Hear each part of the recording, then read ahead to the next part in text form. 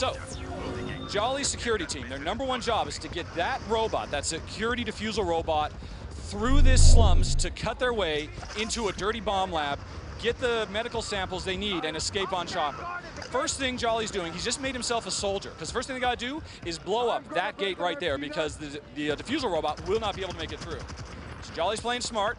He's moving up slowly, watching out for bad guys.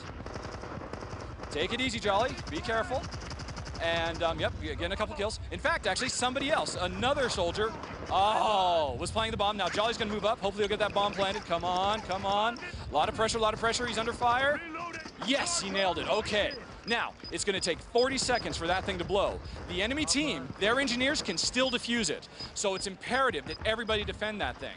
Meanwhile, as a soldier, he can also make sure that everybody is full of ammo. Nobody's ever gonna run out of ammo. And the ammo Jolly's handing out today is armor piercing. So he's also giving a boost to everybody on his team.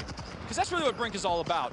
Finding ways for players to work together to overcome obstacles. This is not a game for a bunch of lone wolves. This is, we reward players for helping each other.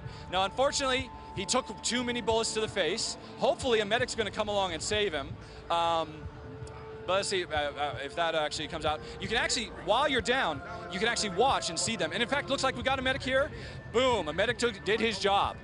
Jolly can now get himself back up and stay in the fight. Very important. Medics do not automatically get you up, because that can actually be a real jerk maneuver where they get you right up into the middle of enemy fire. You're totally in control. Nobody ever takes control away from you. Now, Jolly's rushed back. We don't need a soldier anymore because that wall has been blown up. So he's gonna take over the role of engineer and get this robot moving, because if they don't get this robot through the streets of Container City, everybody loses. So now while he's kind of taking it easy, it's kind of a little bit of a lull in the storm while everybody's out on the front fighting, we can actually talk about a couple of other elements of the game. A big one is all the different classes we have. We've seen soldier, we're working on engineer right now. Jolly, buff your gun. One of the nice little perks a level 1 engineer has is he can give himself a golden gun, bump up his damage by about 20-30%, or 15-20%. He can also do that for all his teammates, which is so important that everybody can always help everybody else out. Jolly, run up the wall. Show off. This is another really cool element, parkour. All he had to do was hold down our smart button, run right at that wall, and he was up and over in a great position to flank the enemy. He's putting down a turret. That's gonna cover it. Now you can go back and watch the bot.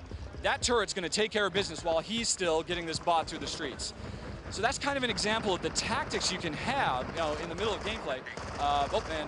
Looks like the enemy are coming to try and slow down that bot. Unfortunately, Jolly is by himself. Oh, and he goes down hard. That's a heartbreaker. And he got flashbanged on top of it to add insult to injury. Now, our system for the way it happens when you die, every 20 seconds, there's a new respawn wave. You get a new chance to come in. You never have to wait very long to get back into the action. And the action always picks up where you left off. It gives you that opportunity, though, for medics to come along and revive you. Jolly didn't opt for that. He went on ahead and restarted. So, Jolly, actually, why don't you show medic yourself? Because the medics are not doing their job today, I don't think.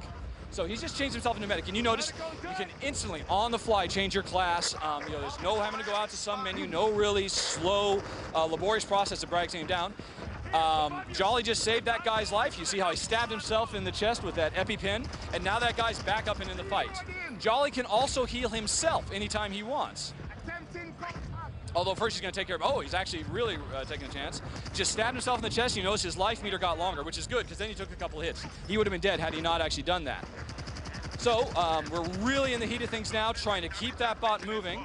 And Jolly, good job. Same guy, brought him up second time. That guy is now Jolly's best friend.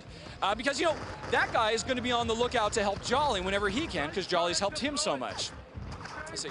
We're making pretty good time through the streets. Looks like the resistance are not putting up too much of a fight. Chances are they're spread too thin.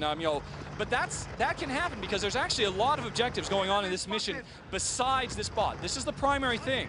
But the enemy, they could be out trying to take command posts to give themselves an advantage. They could be out actually trying to find enemy intelligence, which will actually completely change their team's spawn point so they can keep in the action that much faster.